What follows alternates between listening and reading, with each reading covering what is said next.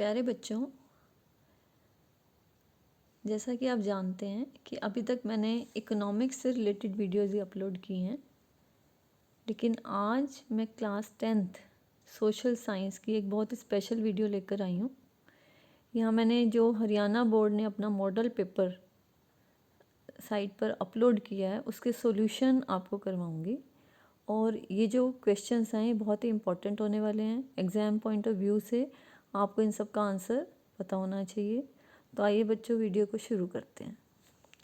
तो ये जो पेपर है ये है सोशल साइंस, और ये हरियाणा बोर्ड ने अपनी वेबसाइट पर अपलोड किया है स्पेशल प्रिपरेशन पर्पस से ही, ताकि बच्चों को एग्ज़ाम का पैटर्न पता चल पाए और जो इम्पोर्टेंट क्वेश्चंस हैं उनका भी आइडिया हो पाए। तो आइए फर्स्ट क्वेश्चन देखते हैं। इसमें फर्स्ट क्वेश्चन क्या है? तो फर्स्ट जो क्वेश्चन है हिस्ट्री से स्टार्ट हो रहा है ये। तो फर्स्ट क्वेश्चन है कि इटली के गुप्त समाज मीन्स यंग इटली, इसकी स्थापना किसने की थी? तो यंग इटली जो है ये इसको सेटअप किया था मेस्नी ने। तो थर्ड ऑप्शन जो है करेक्ट ऑप्शन है। नेक्स्ट क्वेश्चन देखते हैं। नेक्स्ट क्वेश्चन है कि आँखों पर पट्टी बंधी महिला के हाथ में पकड़ा तराजू किसका प्रतीक था? तो ये जो एग्ज़ाम्पल यहाँ दिया है ये एक्चुअल में इसको न्याय की मूर्ति भी कहा जाता है, और इन ऑप्शंस में ये दिया हुआ है। तो आंसर है न्याय मीन्स जस्टिस।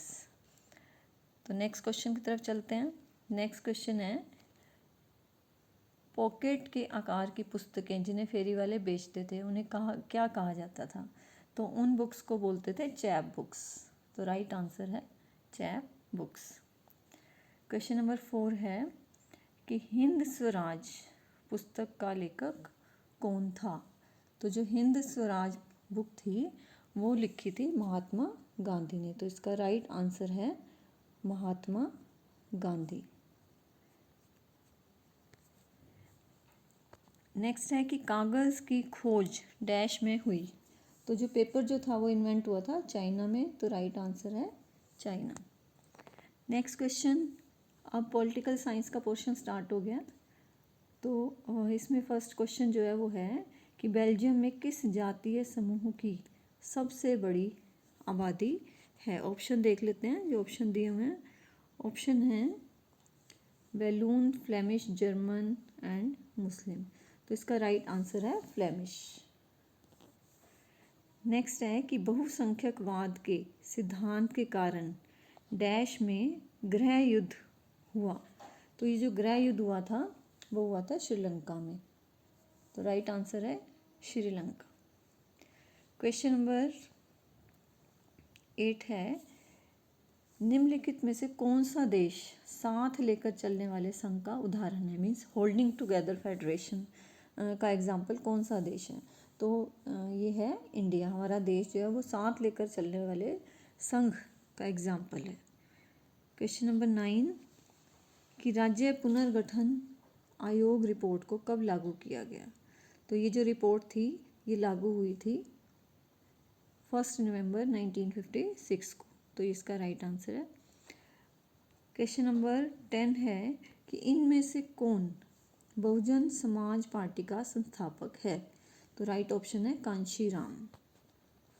क्वेश्चन नंबर 11 भारतीय संविधान ने डैश स्तरीय शासन व्यवस्था का प्रावधान किया है।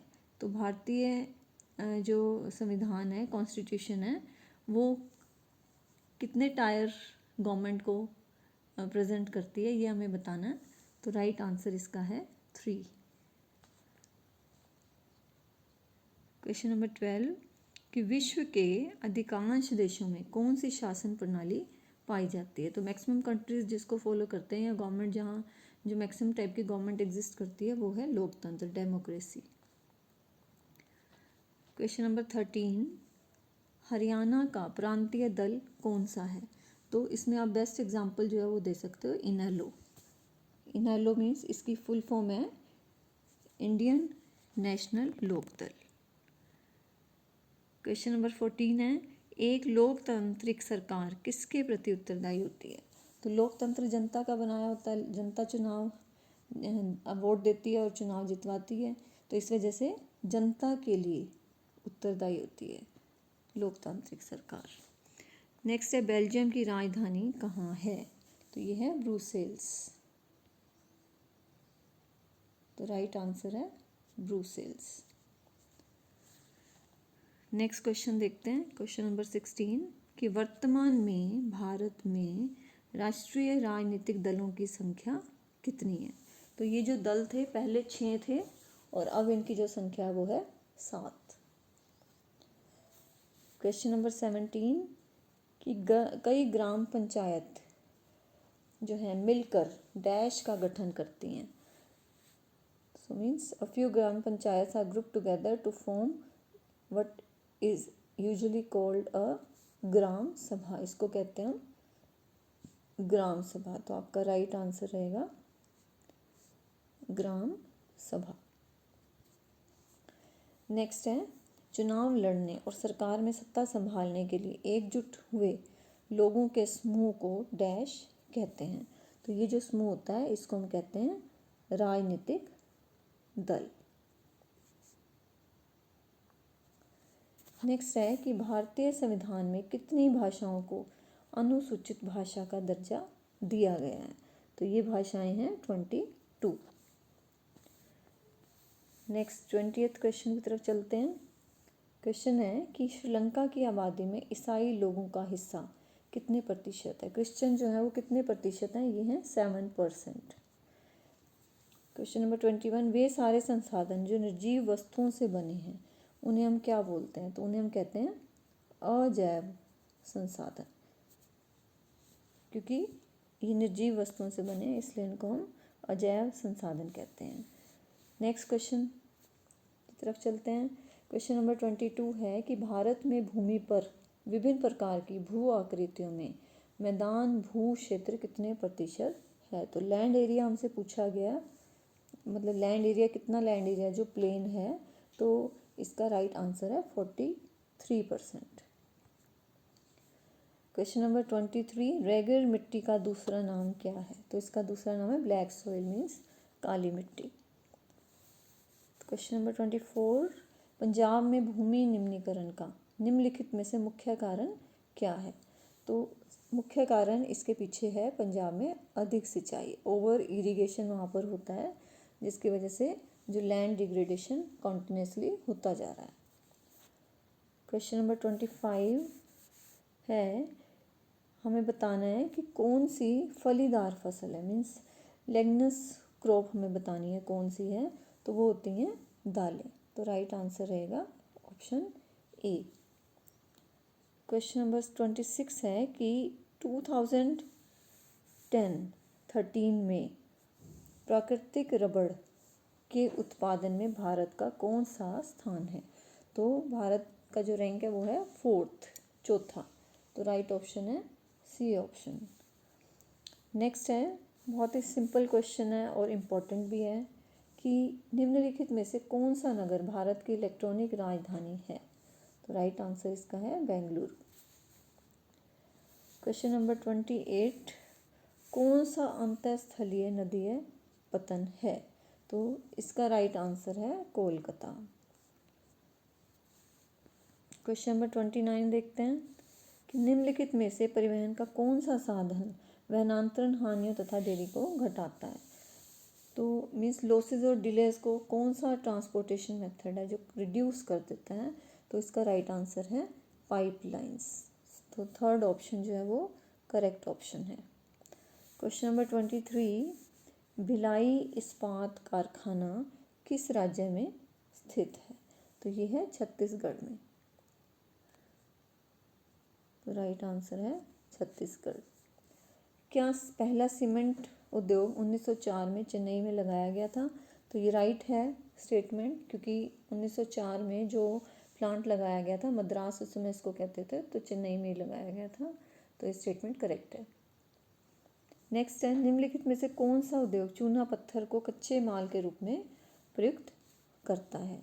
तो इसका राइट आंसर है सीमेंट, क्योंकि सीमेंट के बनाने के लिए चूने पत्थर का प्रयोग किया जाता है कच्चे माल के तौर पर। क्वेश्चन नंबर 33 देखते हैं तूतीकोरिन पतन निम्न में से कहाँ पर है? तो इसका राइट आंसर है तमिलनाडु। नेक्स्ट है 34th क्वेश्चन, क्या चेन्नई हमारे देश का प्राचीनतम पतन है?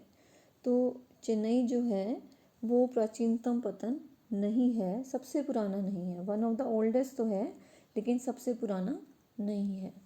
सबसे पुराना है कैलकटा, कोलकाता जिसको कहते हैं। नेक्स्ट है, दो देशों के मध्य व्यापार क्या कहलाता है? तो इसको हम क्या बोलते हैं? इंटरनेशनल ट्रेड, अंतर्राष्ट्रीय व्यापार इसको कहते हैं। तो राइट आंसर क्या है इसका? अंतर्राष्ट्रीय व्यापार। अब पोर्शन शुरू हो रहा है इकोनॉमिक्स का। तो इसमें फर्स्ट क्वेश्चन है कि ऋण के अनौपचारिक स्रोतों में शामिल नहीं है। तो मीन्स हमें बताना है कि जो फॉर्मल सोर्स है वो हमें इसमें से चूज़ करना है। तो जो व्यापारी, साहूकार, संबंधी मित्र, ये सब क्या हैं? अनौपचारिक स्रोत हैं। लेकिन सहकारी समितियां जो होती हैं वो फॉर्मल उसमें सोर्स में शामिल होती हैं, ना कि अनौपचारिक में। क्वेश्चन नंबर 37 कि सामान्यतः किसी देश का विकास निर्भर करता है। तो किसी भी देश का विकास किस पर निर्भर करेगा? उसकी पर कैपिटा इनकम पर, औसत साक्षरता दर पर भी, लोगों की स्वास्थ्य स्थिति पर भी। तो राइट आंसर है उपरोक्त सभी। क्वेश्चन नंबर 38 कि भारत की केंद्रीय सरकार की ओर से सिक्के कौन जारी करता है? तो जो सिक्के जारी करता है ये करता है वित्त मंत्रालय। और बाकी जो करेंसी है वो हमारा रिजर्व बैंक जो है वो बनाता है।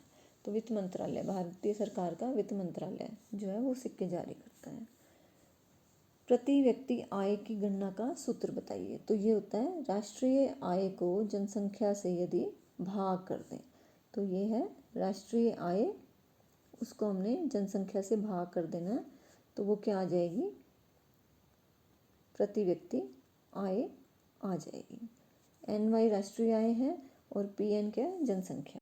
लास्ट क्वेश्चन है कि GDP का पूर्ण रूप लिखिए। मीन्स फुल फॉर्म हमसे पूछी गई है GDP की।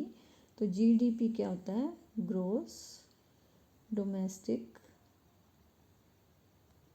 प्रोडक्ट, मीन्स सकल घरेलू उत्पाद जिसको कहते हैं। तो है GDP की फुल फॉर्म है ग्रोस डोमेस्टिक प्रोडक्ट। तो प्यारे बच्चों, ये लास्ट क्वेश्चन था आज का।